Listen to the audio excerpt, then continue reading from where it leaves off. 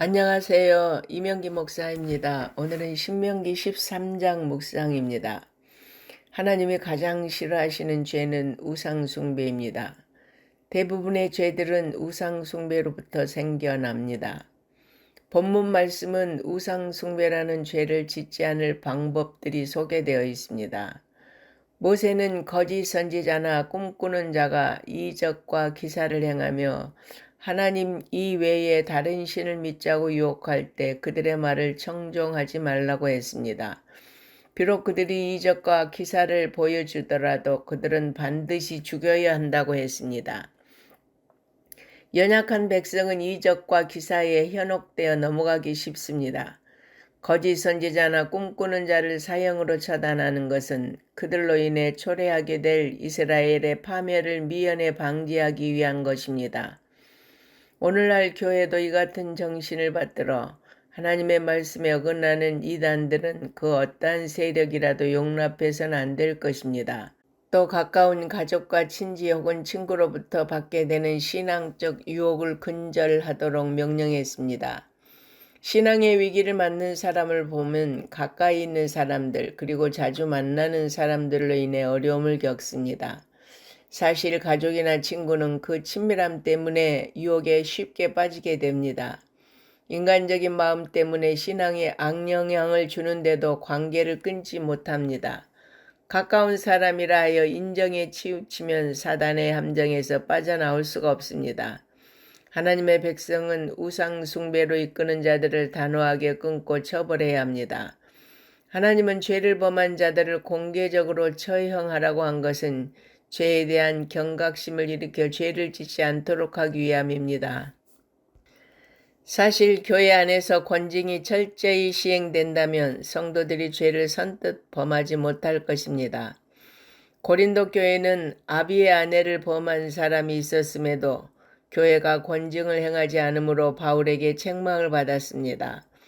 오늘날 교회들이 잘못한 성도를 징계하지 못하는 이유는 그가 교회를 옮기게 되거나 분란이 일어날 것을 염려하기 때문일 것입니다. 하지만 설사 그런 일이 생긴다 해도 나머지 사람들과 교회의 성장을 위해 권징을 행함으로 범죄한 영혼도 살리고 온 성도와 교회가 바른 믿음의 길에 서도록 해야 합니다. 또 모세는 한 성읍에서 악한 불량배가 일어나 그 성읍 사람들을 우상 숭배로 유혹할 경우 가나안 족속들과 같이 성과 성읍 거민은 물론 가축과 재산까지도 불사르고 철저히 진멸하라고 명령하였습니다. 이같이 모세가 냉정하고 잔인한 명령을 내린 것은 성읍 사람들이 마땅히 척결해야 할 우상 숭배자들을 살려두었을 뿐만 아니라 그들의 행위를 방조하고 묵인하는 죄를 범했기 때문입니다.